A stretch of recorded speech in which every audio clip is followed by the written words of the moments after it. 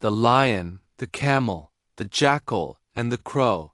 Always be on guard when you are in the company of wicked people. There was once a jungle that was ruled by a lion called Madokara, who had a leopard, a jackal, and a crow at his service, along with other animals. As they did regularly, they were wandering about the jungle one day, when the lion saw a camel at a distance. This camel had separated from its caravan and was feeding itself on the green grass of the jungle. The lion took a fancy on this animal that he had not seen before. Let us go and ask this extraordinary animal where he comes from. The crow, who flies to far-off places, was aware and replied, "Master, it is called a camel, and this animal lives in villages. The flesh of this animal tastes good. Let us kill it and eat it." But the lion disagreed. "He does not belong to the jungle, so he is our guest. I will not kill it. Please go and assure him that no harm will be done, and bring him to me." As per the lion's instruction, they went to the camel and assured him that they were to bring it to the lion.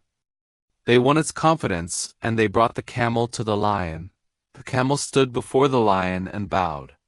He also narrated how he had gotten separated from his caravan, and how he had reached the jungle. On hearing this, the lion said, "Oh, camel, if you return to the village, you will be made a beast to carry burden again.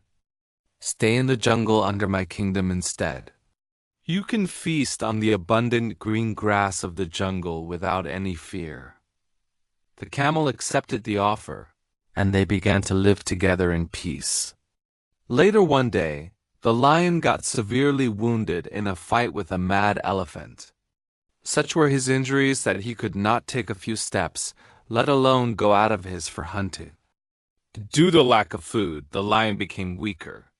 The animals who served him were also starving since they were dependent on the lion for their food. When the lion could not bear any more, he called them and said, "Go and find any animal that I can prey upon, even in my weak condition. This way I can provide food for you and also for myself." All the animals wandered about the jungle without any success to find such an animal. On their way back, the jackal had a plan. He said to the crow, "There is no point wandering about the jungle when the food is right in front of us.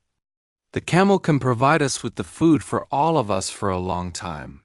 The crow replied, "Indeed, what you say is correct. But the master has assured the camel of his safety under his rule. He will refuse to kill him." The jackal said, "Leave that to me. I will influence the master in a manner that he will agree to feast on the camel. You wait till I return after a discussion with the lion." The jackal met the lion and said, "Master, we have been looking all around the jungle, but could not find an animal for you. All of us have not had food for so long that we can hardly walk properly.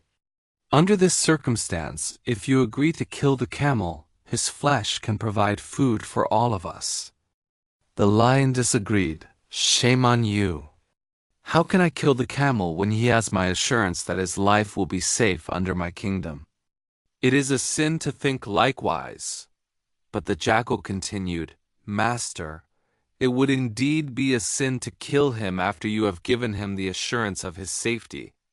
But if he offers himself as your food by himself, it would then not be a sin to kill him and accept his offer."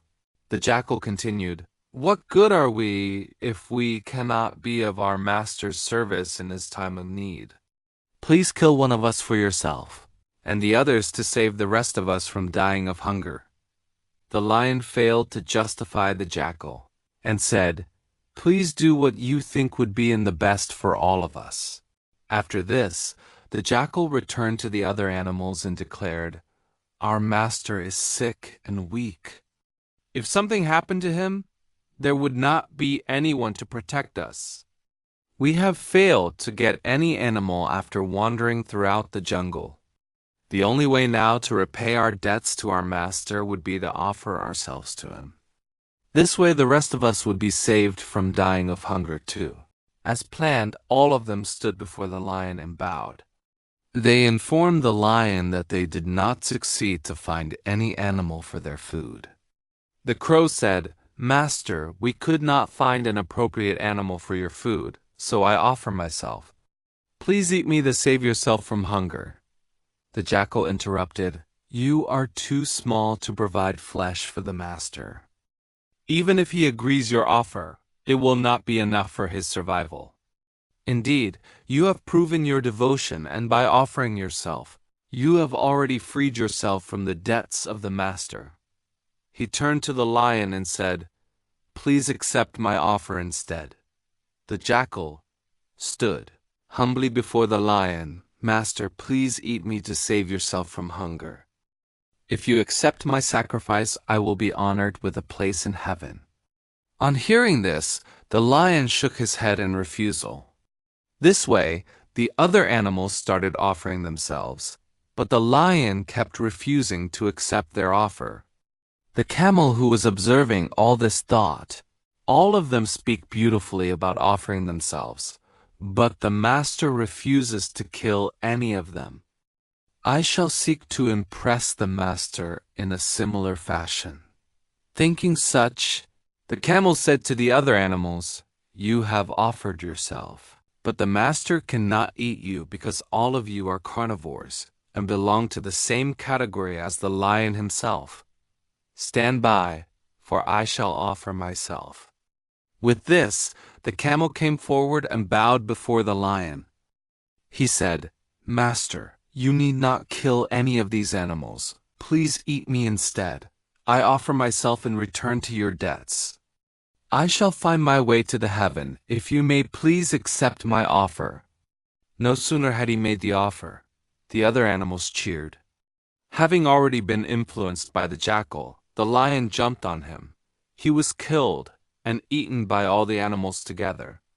The wise indeed say, "Always be on guard when you are in the company of wicked people. Do not be taken in by their sweet words."